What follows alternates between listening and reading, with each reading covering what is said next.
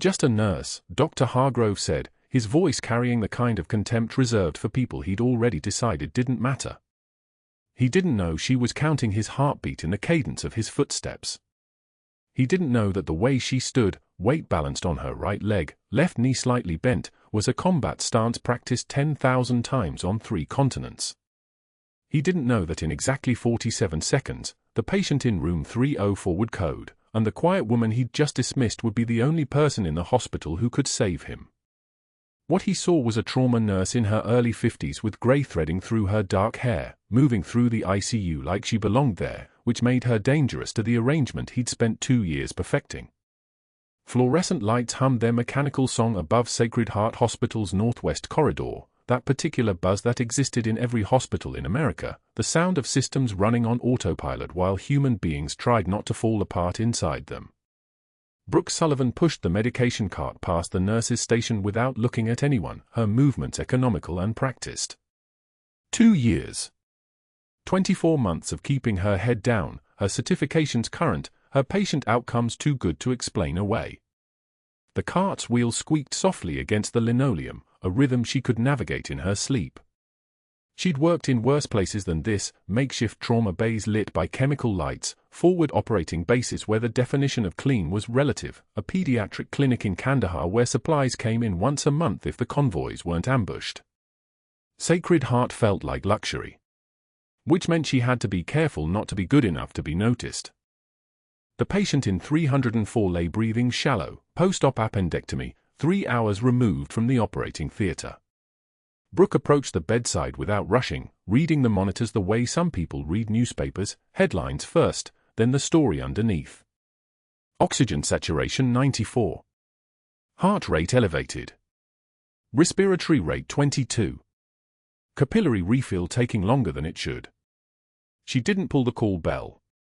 Instead, she stood there for 6 seconds, counting, observing, letting her hands move through the assessment before her brain caught up, checking the foresight for infiltration, palpating the abdomen for swelling, listening to the lungs with her stethoscope positioned exactly where it needed to be. 8 seconds to count a full respiratory cycle instead of the 12 seconds most nurses used. Efficiency that didn't match her credentials. Precision that suggested training nobody asks about. "Vitals look off," she said quietly to the resident who'd entered the room behind her, a kid named Marcus who couldn't have been more than 26, all confidence and coffee and the kind of arrogance that came from never having been wrong yet.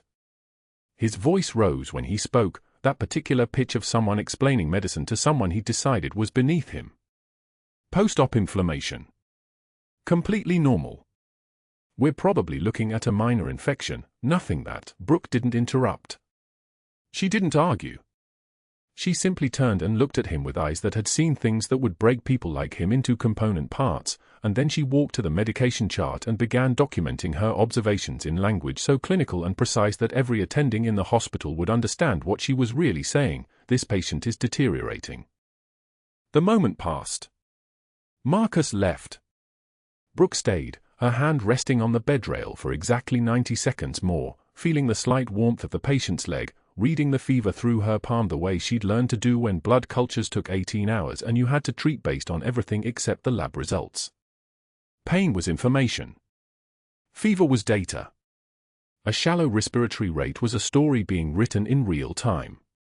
She'd learned to read these stories in places where the alternative was watching people die while you waited for a doctor to show up. By hour 4 of her shift, Brooke had moved through 17 patient rooms, assessed 42 vital sign abnormalities before they became crises, and caught a medication error so subtle that the pharmacy tech didn't even understand what she was pointing out. The nurses around her had stopped asking questions a long time ago. The ones who noticed that her assessments were always right eventually moved to different units. The ones who tried to befriend her found that she ate her lunch in her car. Isolation was a skill she'd perfected before she became a nurse. Invisibility was a survival mechanism. The locker room smelled like antiseptic and the particular staleness of a space that wasn't supposed to hold human emotion. Brooke opened her locker at 2:06 p.m. during her break, same time every shift, same locker in the corner away from the traffic pattern. Behind the spare sneakers, nestled in a plastic bag that had turned brittle with age, sat a pair of combat boots. The leather was cracked. The laces were worn flat. The left boot bore a deep gouge along the heel where shrapnel had passed within millimeters of her ankle in a place that didn't exist on any official map. She reached down and touched the cracked leather for exactly 4 seconds, the same ritual she'd performed every shift for 2 years, the same talisman that kept the memories locked away where they belonged. Nobody came into the locker room during her breaks. Nobody noticed. But Dr. Hargrove noticed everything. He noticed the way she spent 14 minutes in the locker room instead of the usual 20. He noticed the slight limp in her left leg, more pronounced by the end of the shift, the kind of limp that came from old injuries and no proper physical therapy. He noticed that she never complained about the pain, never requested a lighter assignment, never behaved like someone who'd been wounded. He noticed, most importantly, that when young residents raised their voices during rounds, she didn't flinch backward or look away. She simply absorbed it like a stone absorbs weather, unmoved and unchanging, which suggested that she'd been yelled at by people with real authority and had learned that resistance was pointless. Dr. Hargrove had built a kingdom on noticing things. For 18 months, he'd been billing the hospital for consultations with specialists who didn't exist, inflating equipment orders from vendors who kicked back 40% of the surplus, building a network of 3 board members who'd agreed to look the other way in exchange for charitable donations made in their names. The margins were excellent. The risk was minimal. The only problem was Brooke Sullivan, who'd arrived 2 years ago and somehow managed to assess patients with the kind of precision that made the board ask why her recommendations were always accurate while the hospital's outcomes kept improving in measurable ways that would eventually draw external auditors. He pulled her file from the records office on a Tuesday morning in early November, spreading the documents across his mahogany desk in the office that smelled like leather and the particular arrogance of a man who'd never been questioned. Her nursing credentials checked out. Her licensure was current. Her references were, and here was the problem, almost non-existent. One former supervisor from a hospital in Seattle, dead contact information. One clinical instructor from a school in California that no longer existed in any current database. Employment history that had gaps. A timeline for nursing school completion that, if you looked very carefully at the dates, didn't quite make mathematical sense. It was the kind of file that belonged to someone who'd been erased. Not deleted. Erased. Which meant that whoever had done the erasing had resources that went beyond normal hospital administration. Which meant that asking the wrong questions could be dangerous. Which meant that Brooke Sullivan was either a criminal hiding from law enforcement, or something significantly worse. Dr. Hargrove smiled as he closed her file, and the expression was the kind of smile that predators make when they've identified something that looks like prey but might have teeth. He had leverage now. He had questions she couldn't answer. He had a problem that he could solve by making her disappear, and he had the infrastructure to do it so quietly that nobody would even think to look for her. The medication order she'd questioned last week suddenly seemed less like a nurse being competent and more like a nurse being insubordinate. Her efficiency seemed less like good work and more like someone trying to get ahead. The limp in her leg seemed less like an old injury and more like someone with a history. The next words he spoke to her would be chosen very carefully. But that wasn't the worst part. The worst part was that he had absolutely no idea who he was standing next to. Room 342 smelled like antiseptic and the particular silence that comes when family watches death arrive on schedule.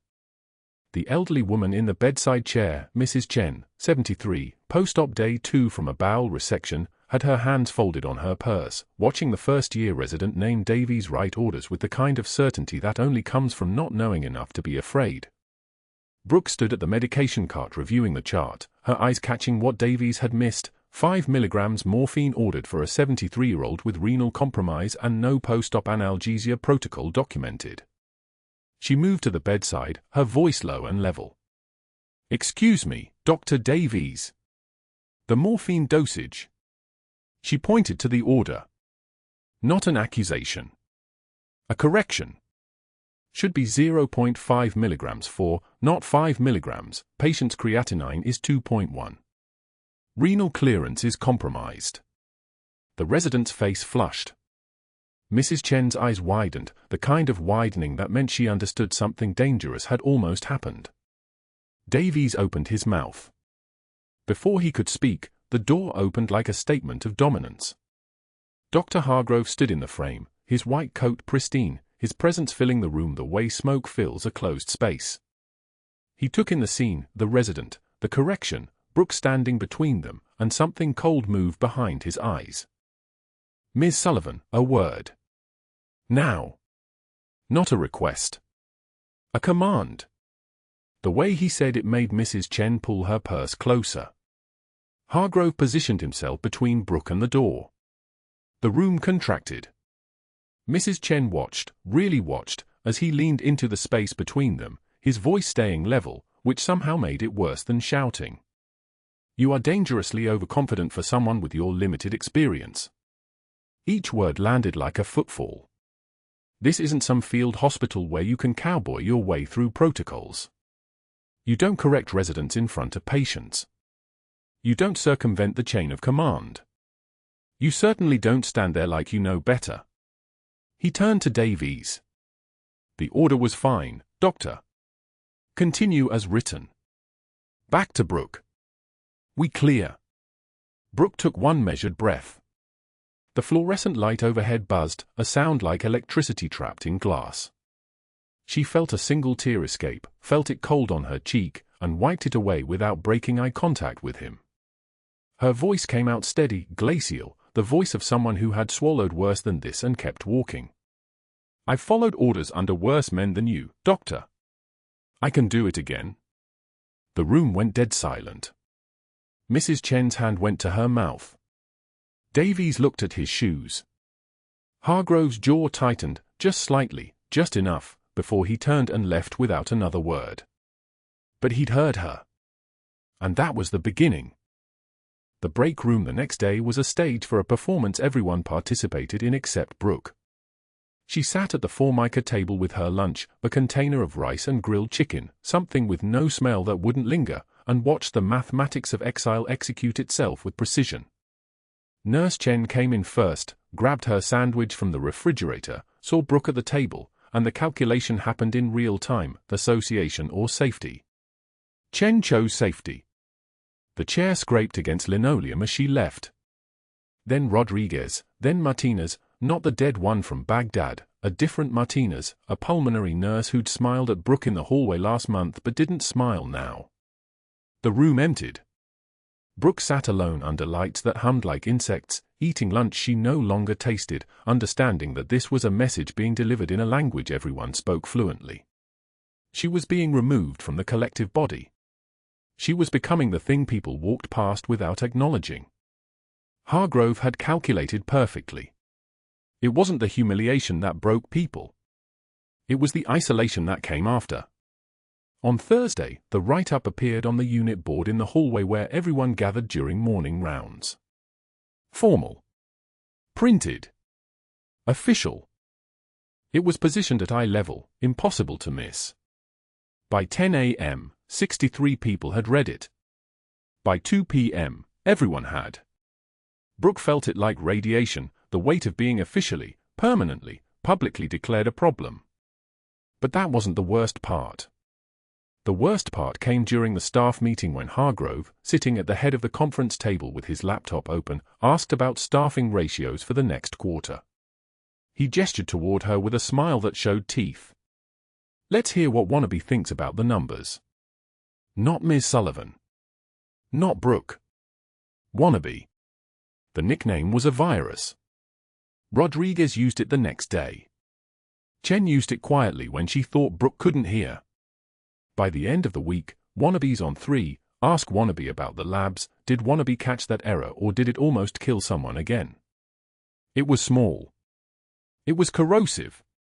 It was designed to make her not exist in a room full of people. At the nurse's station, Hargrove began a new ritual. He'd asked to review her charts with exaggerated skepticism, pulling them with a sigh that meant resignation, running his finger down each line as if looking for the inevitable failures. "I suppose this meets minimum standards," he said about a perfectly documented for placement. "We'll call this acceptable," about a pain assessment she'd completed with meticulous detail. He was building something. Brooke understood the architecture of it. Each small humiliation was a brick. Each public correction was mortar. He was constructing something she could be trapped inside of, and nobody could say the trap had been built on anything but her own failings. Behind closed doors, Hargrove moved with the efficiency of a man who understands institutional power like a musician understands their instrument. He called board chairman Peterson on a Thursday morning, caught him at the 19th hole, voice casual, almost apologetic. "I probably shouldn't mention this, but we have a credentialing issue in nursing that's starting to worry me. One of our staff, her background doesn't quite add up. Employment gaps, inconsistent references.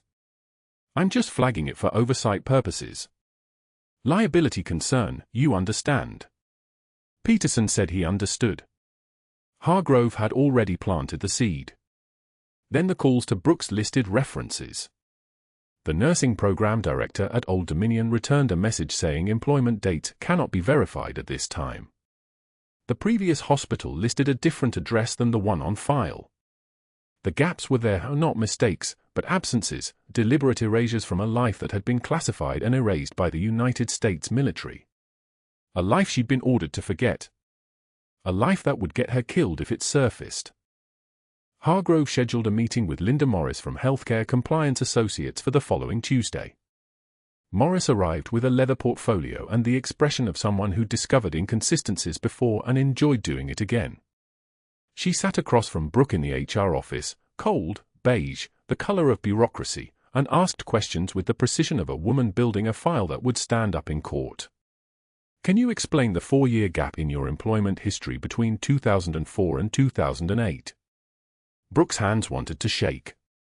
She wouldn't let them. "Training. Continuing education. Where did you complete this training?" "I'm not able to discuss those details." Morris wrote something down. "Why not?"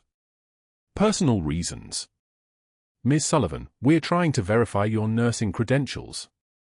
If there are personal reasons preventing you from discussing your employment history, that actually creates a bigger concern for us, not a smaller one." Morris leaned back, pen poised. "Your nursing school transcripts show a different address than your application. Can you explain the discrepancy?" Brooke looked at the woman's pen moving across the page, documenting failure, building a case, and she understood that this was the moment. Not the moment she'd anticipated, but the moment nonetheless. The moment when the past caught up because she'd let someone see too much competence. She'd stood out. She'd been too good. And now Hargrove was methodically proving that nobody good could be that quiet, that nobody quiet could be that competent, that there had to be something wrong. She excused herself. The hallway stretched ahead of her, too long, lit by those hissing lights. She found her locker in the staff room and opened it. There, at the bottom, under the extra scrubs, the combat boots. The pair she'd pulled off Lance Corporal Martinez after the ambush in the Jolin district, before she'd carried his body 3 miles through enemy fire to the extraction point. The one she'd kept because leaving him behind had already been a kind of death. She stood with her hand on them, feeling the leather, weathered and cracked, thinking about how the truth could destroy you just as thoroughly as a lie. The investigator's report landed on Hargrove's desk marked * flagged inconsistencies star. He read it with his door closed, smiled to himself, and scheduled a board meeting for the following Thursday. Recovery Room 6 had the smell of antiseptic and something else, the copper undertone of blood that wouldn't quite rinse away no matter how many times the cleaning staff scrubbed. Brooke stood beside the post-op bed checking the monitor, watching the numbers the way other people watched traffic lights. The patient was a 64-year-old male, routine thoracic surgery, should have woken up asking for ice chips by now. Instead, his oxygen saturation was dropping like a stone in deep water. 94, 91. 88. She leaned in. His trachea had shifted. Right. Asymmetrical chest rise. No breath sounds on the left side. The neck veins were distending, that telltale swelling that looked like someone was slowly tightening a noose from the inside. Tension pneumothorax. A collapsed lung pressing against his heart, cutting off the return of blood to his chest cavity. The kind of emergency that killed people in minutes if nobody moved. Brooke's hands moved to the call button, then stopped. The trauma team was in OR 3. Multi-vehicle accident on IE-64, 3 patients, 2 of them critical. The code team was running a cardiac arrest on the 4th floor. The on-call physician, Dr. Marcus Webb, was 20 minutes out, traffic-dependent. The recovery room had 1 RN, 1 nursing assistant, and a med tech who'd just stepped out to grab supplies from the supply closet. The patient's lips were turning blue. She checked the monitor again. 82 now. His heart rate was climbing, 120, 128, compensating. The blood pressure was sliding downward. 104/68. Falling. His eyes were still closed, still sedated, but his body knew what was happening. The survival instinct was screaming beneath the anesthesia. Hargrove appeared in the doorway like a shadow that had learned to walk upright, his presence making the air pressure change the way it does before a storm.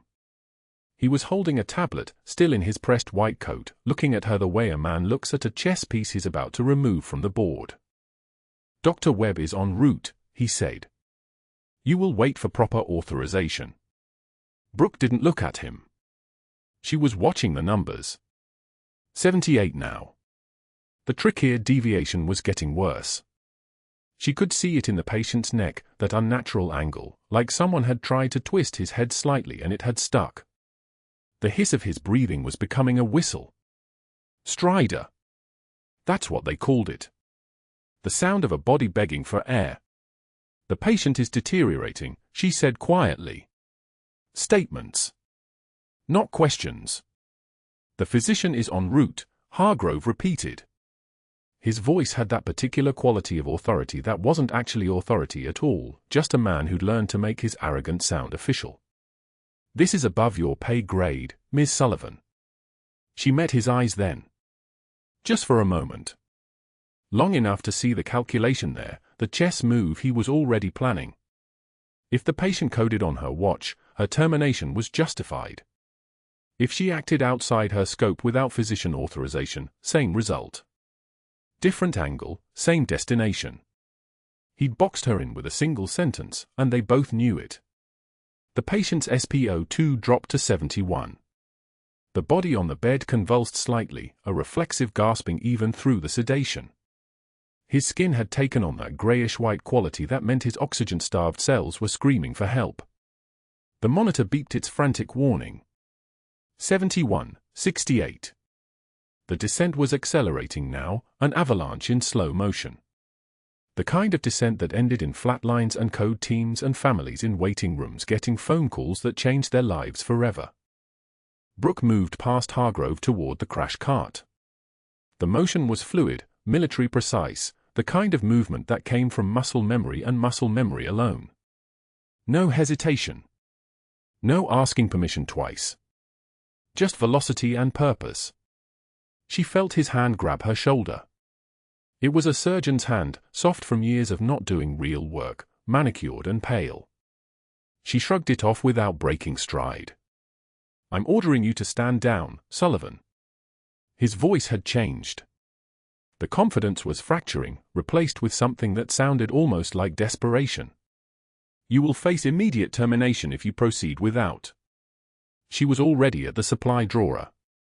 The 14-gauge catheter was right where it should be, sterile in its plastic wrapper, waiting.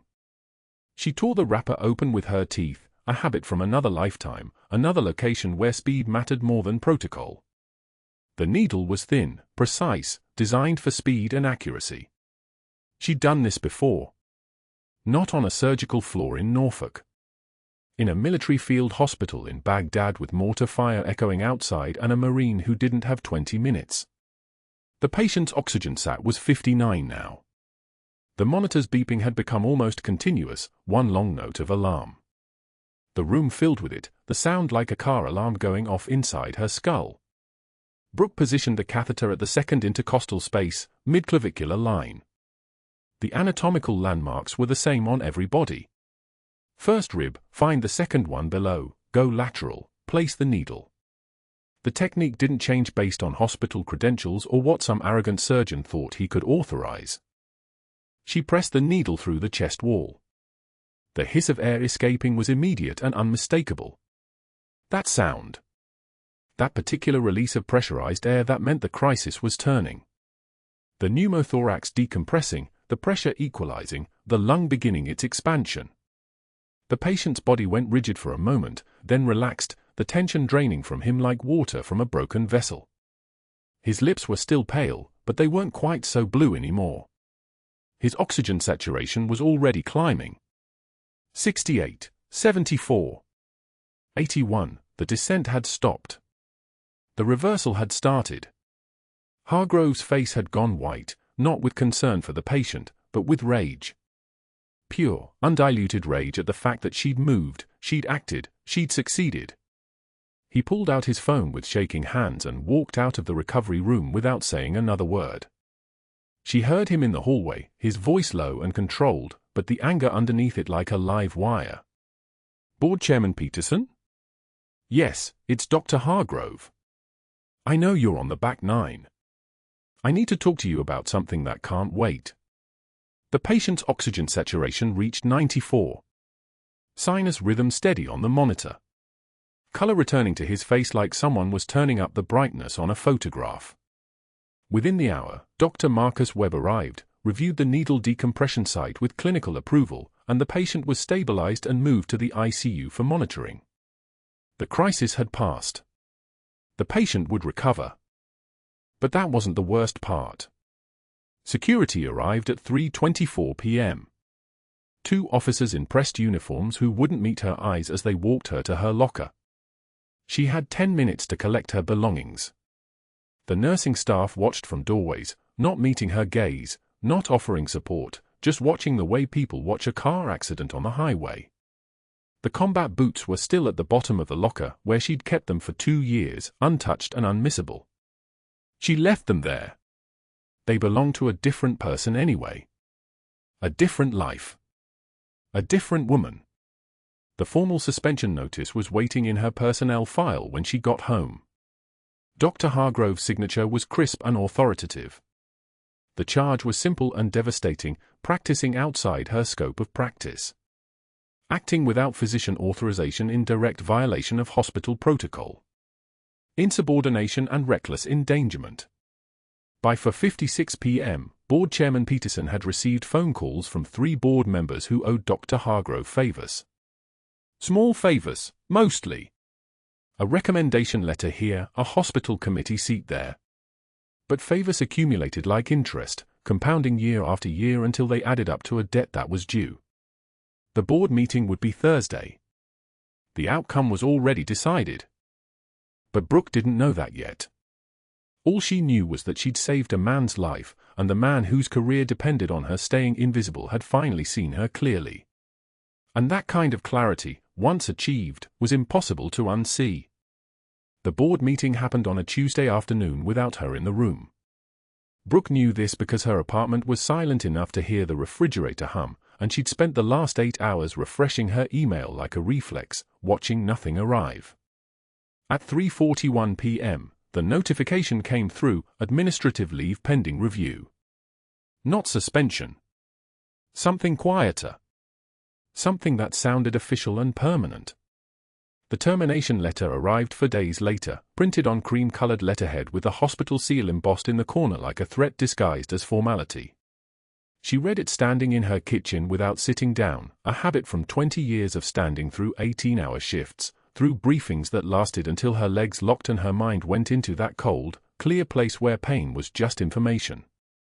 Dr. Hargrove had presented his case to the board with the precision of a man who'd planned every sentence. Unauthorized medical intervention. Pattern of insubordination. Failure to respect chain of command. Questionable credentials requiring investigation. The outside investigator, a woman named Morrison with gray eyes that missed nothing, had arrived at the apartment on day 3 of the suspension. She'd sat on the edge of Brooke's couch like she was afraid the furniture might contaminate her, a thin folder balanced on her knee. "Your nursing school transcripts," Morrison had said, not asked. "There's a gap between your LPN certification in 1998 and your RN registration in 2001. 3 years unaccounted for. What were you doing?" Brooke had sat across from her, hand steady, and said nothing. Because what could she say? That those 3 years belonged to the government. That the military had sent her to Fort Sam Houston for advanced trauma certification, then to Balad Air Base in Iraq for operational deployment. That everything from those years existed in classified databases she couldn't acknowledge without violating the non-disclosure agreement signed in blood and ink that still sat in a safety deposit box at a bank she no longer used. We've contacted your references, Morrison had continued, opening the folder. 4 of them. None will confirm your employment history. 2 said they don't have records of anyone by your name ever working there. 1 said the facility no longer exists. The facilities did exist, mostly. But the records had been sanitized. The names erased. Senior Chief Petty Officer Brooke Sullivan had been turned into vapor, and the woman who'd walked out of Baghdad in 2003 had been ordered to stay invisible, to never surface, to become a ghost who worked at places that didn't have her on the books. A ghost who'd spent 20 years pushing medication carts and holding the hands of dying patients under a name that was real but incomplete, like a photograph with half the frame cut away. I can't explain the gap, Brooke had said. Morrison had closed the folder with the sound of a door slamming. That's unfortunate, Ms. Sullivan. For you. The termination letter made it official, effective immediately. The board had voted 5-2. 2 members, Patterson and Chen, had abstained, which meant they believed her but didn't have the courage to vote against Hargrove's network, against the favor trading that kept hospital boards functioning like the military itself, rank, loyalty, and the understanding that you protected your own. Hargrove was their own. Brooke was a complication they could afford to remove. Her apartment in Norfolk became a holding cell. Unpaid bills accumulated on the kitchen counter like evidence of a slow collapse. The water bill. The electric bill. Her car payment, 3 weeks late. Her savings account had 2 months before it bottomed out, and she'd stopped checking the balance because the number had started to feel like a countdown. Days until she had to decide between medication refills and rent. The shrapnel in her left leg ached worse when she was stressed. 20 years since the surgeons at Landstuhl had explained that the fragments were too close to the femoral nerve to extract without risking permanent paralysis. Leave them, they'd said. Your body will wall them off. She'd done that. She'd walled everything off, the memories, the names of the men she couldn't save, the weight of a 7-year-old translator's son in her arms as she ran through smoke and brass casings. Now the stress was making her body remember. The leg throbbed like a clock counting down something she couldn't prevent. On Thursday morning, she'd driven to the VA hospital in Richmond, a 40-minute drive that felt like crossing a border into a country she used to know. The waiting room smelled like antiseptic and coffee that had been brewed yesterday. Maybe the day before that. Veterans filled the chairs, men and women in various states of aging, most of them wearing caps or jackets with unit insignias that meant they'd been somewhere. Done something. Lost something they were still trying to name. She sat down with a patient intake form and wrote her name in the designated box. Just the name. Not the rank she'd earned. Not the clearance she'd held. Not the 3 commendations still in a cardboard box in her closet because accepting the medals would have meant acknowledging the woman who'd earned them, and that woman wasn't supposed to exist anymore. The leg throbbed. Stress-related inflammation, the VA form suggested. That was one way to describe it. Another way was to say that her body was trying to shake loose from the ghost it had become. A man 2 seats over was watching her. She recognized him before he recognized her, Stephen Casper, former Army medic, 68W, assigned to her unit in Baghdad for the 2nd rotation. She'd trained him in field triage, in the decision-making that came down to seconds and blood loss and the math of who had the best chance if you made the right choice fast enough. He'd been good. Careful. Had hands that knew how to work with intention. His face went through stages. Recognition. Confusion. Then something that looked like grief. Senior Chief. His voice broke on the word. Is that, what are you doing here? My turn, Brooke said quietly. She didn't look at him after that. She kept her eyes on the intake form, on the blank lines asking about medical history and emergency contacts and combat-related injuries. The pen felt heavy. Everything felt heavy. The fluorescent lights above her head emitted a low-frequency hum that made her teeth ache, and she wondered if that was stress or just what happened when you'd spent too many years listening for warnings in sounds most people couldn't even hear. Stephen stood up and walked toward the front desk, and she heard him ask something, his voice low. The receptionist shook her head. "She's just a patient today," Brooke heard her say. "Waiting for her appointment like everyone else. Just a patient. Just a nurse. Just a name on a form with no rank, no history, no context. Just a woman whose hands had held so many broken things that she'd forgotten what it felt like to hold something whole." The letter came that afternoon. Termination effective immediately. No severance.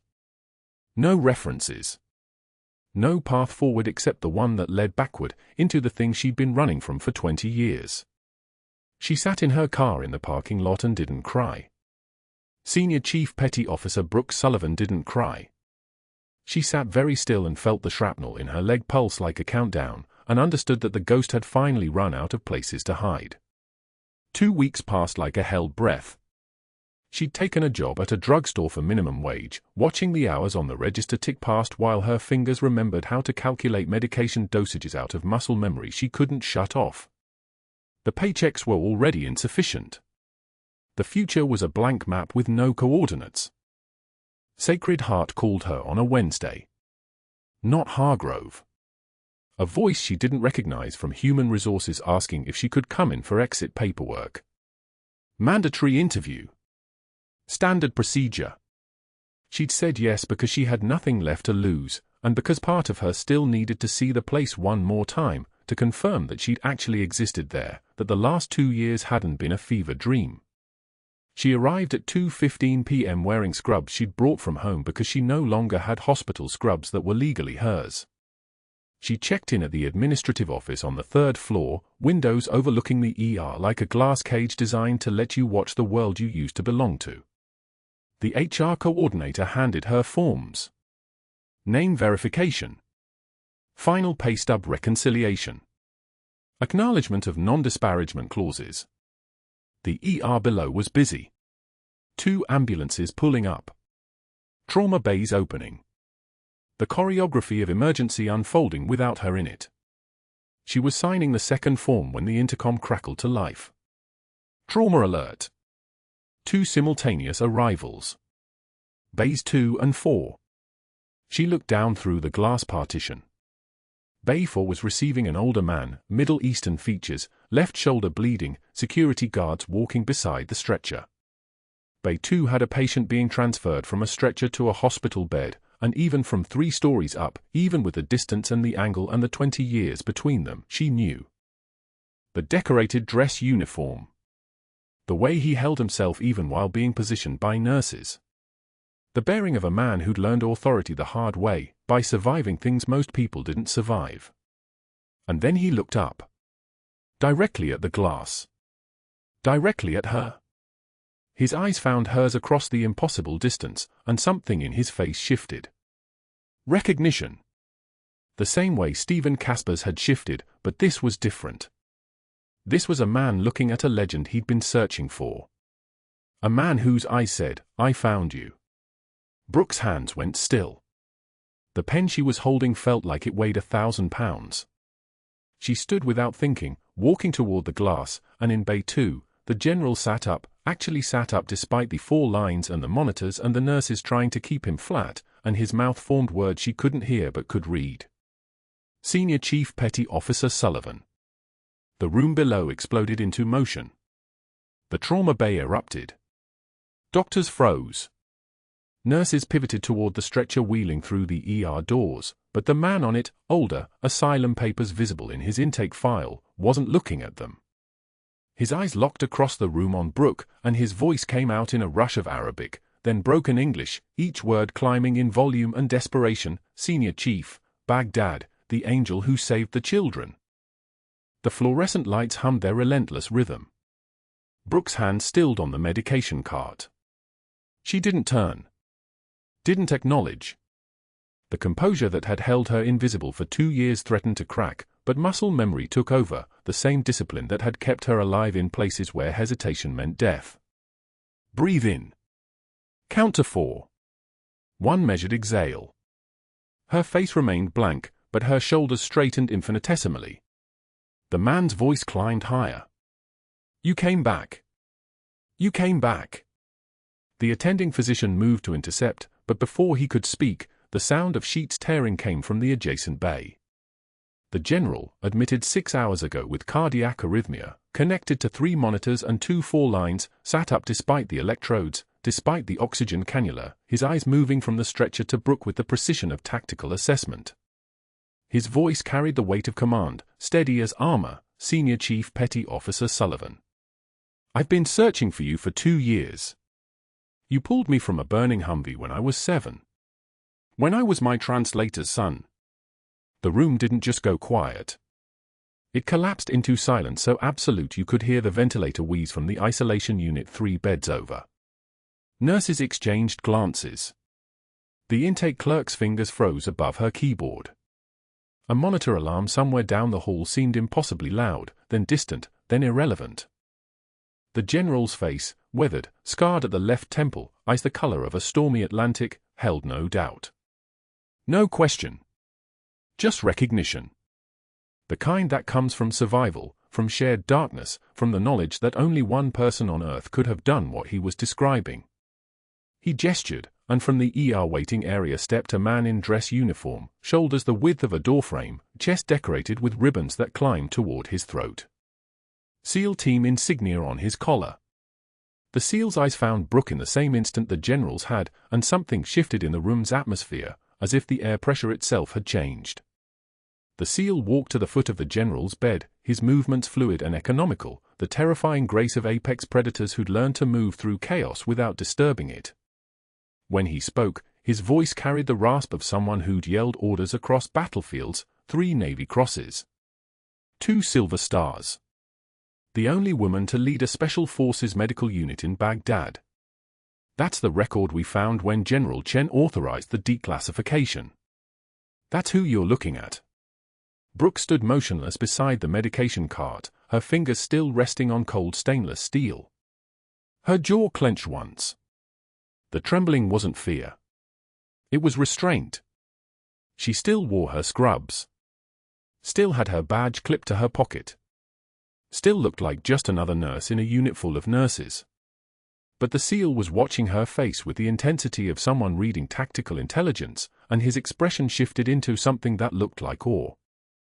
The translator on the stretcher, Sayed Hassan, 46 years old, granted asylum in 2009, his intake papers stamped by Immigration Services, continued weeping, one hand reaching toward Brooke across the space between them.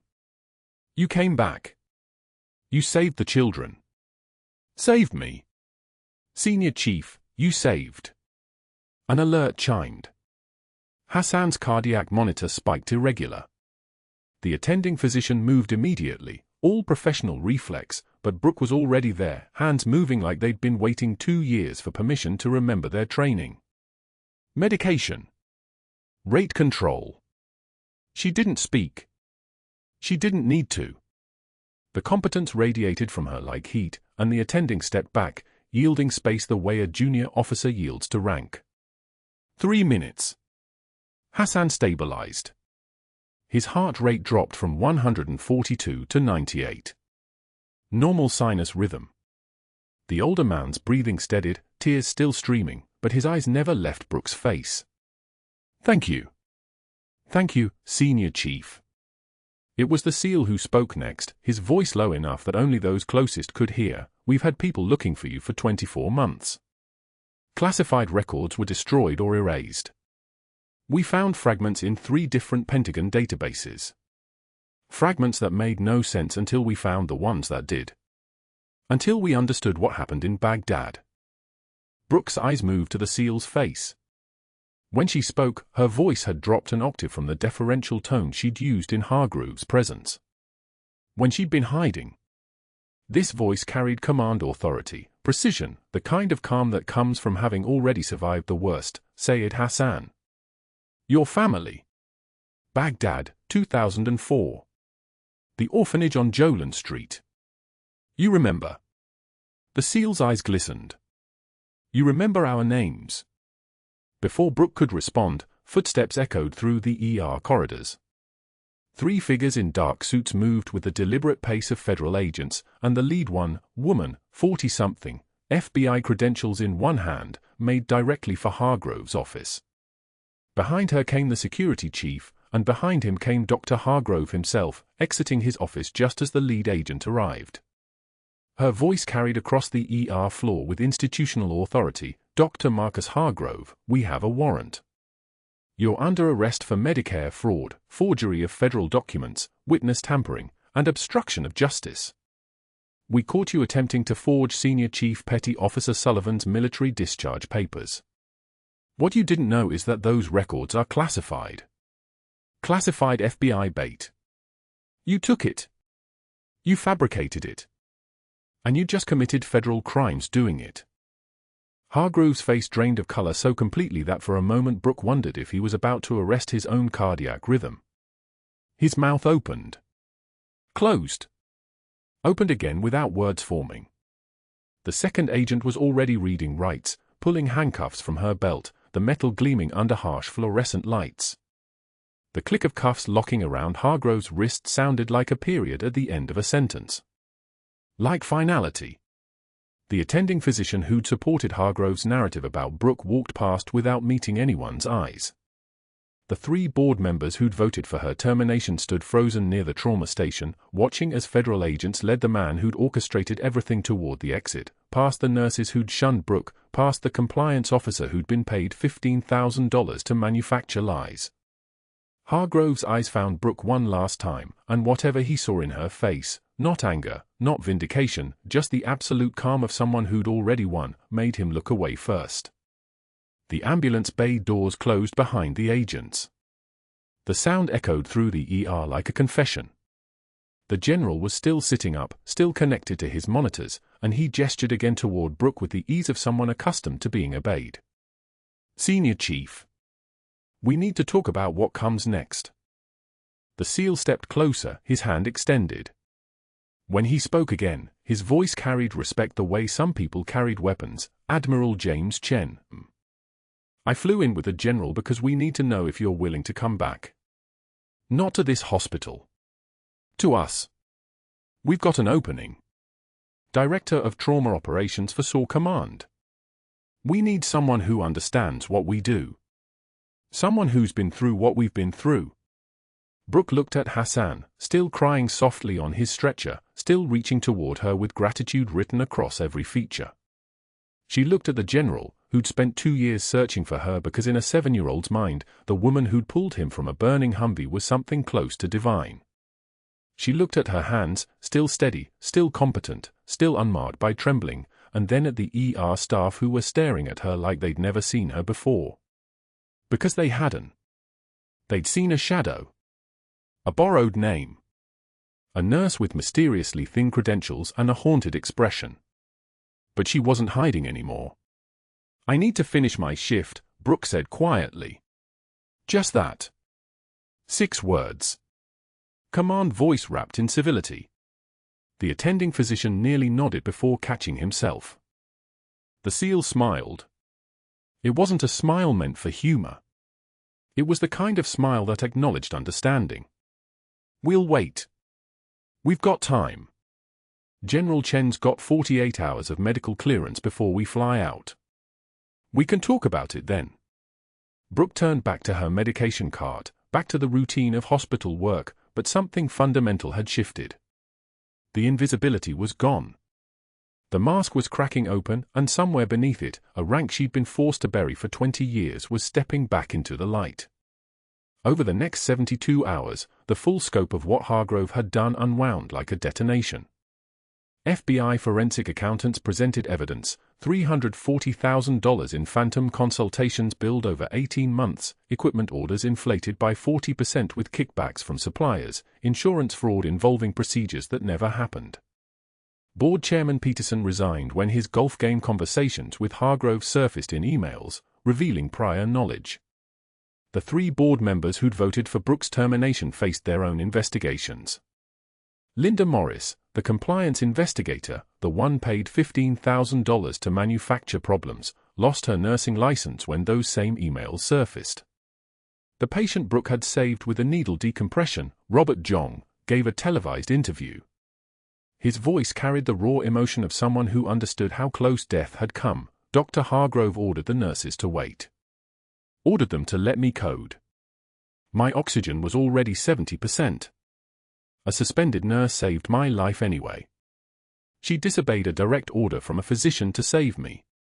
And he punished her for it. The story moved through Norfolk's news cycle like a reckoning. Then national. Former enemy combatant grants asylum, recognizes his savior in a trauma bay after 20 years. 4-star general holds press conference explaining his 2-year search. Sayed Hassan describes watching Senior Chief Sullivan run into a burning orphanage 3 times, emerging with children each time while the building collapsed behind her. The details that had been classified, that Brooke had carried alone in the dark, suddenly declassified, suddenly public, suddenly real. Hargrove's wife filed for divorce. His medical license entered formal review. His attorney negotiated desperately, but the evidence was overwhelming: fraud, forgery, witness tampering, obstruction of federal justice. The hospital settled with its insurance carrier for undisclosed amounts. On the morning Brooke was formally reinstated, the new chief medical officer, a former Navy surgeon named Dr. Patricia Chen, called her into the administrative office and offered her a position, Director of Trauma Services. She accepted with a single nod. The memorial wing was unveiled 6 months later. Glass case. Worn combat boots. Bronze plaque, Senior Chief Petty Officer Brooke Sullivan, Guardian Angel of Baghdad. General Chen stood beside her in full dress uniform, his hand on her shoulder like the father he'd lost 20 years prior. The ER staff who'd exiled her in the break room attended the ceremony, several in tears. Nurse Morrison read a formal apology on behalf of the unit, her voice wavering as she spoke words about judgment and assumptions and the cost of belief in institutional power over individual competence. Somewhere across town, in a strip mall between a coffee shop and a cell phone repair kiosk, a veteran nurse pulling in for groceries spotted a man sitting at a folding table with a hand-painted sign, insurance quotes, "Walk-ins welcome." His tie was crooked. His suit rumpled. His eyes fixed on paperwork he was pretending to review as people walked past without stopping. The nurse didn't stop either.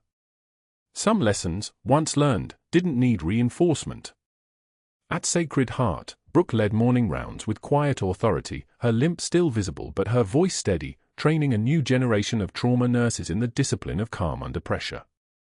The combat boots remained in the memorial case, untouched now, no longer a talisman she needed to return to in the dark. She'd reclaimed the woman they represented. Senior Chief Petty Officer Brooke Sullivan. Guardian Angel. Legend. She didn't need to hide anymore. The final shift showed her in the ER, saving another life with the same calm precision that had made her legendary. A code. A patient. Hands moving like they'd trained for this their entire existence. Around her, the staff watched and learned. This was what competence looked like. This was what it meant to have survived things that would break most people, and then choose to stay. To serve. To save. Sometimes the quietest person in the room is the one holding everything together. If you've ever worked with someone like that, someone whose competence made everyone around them better, hit that subscribe button. We've got stories about hidden heroes every single week. And hey, if you've ever been underestimated and proved everyone wrong, drop a comment. We want to hear your story.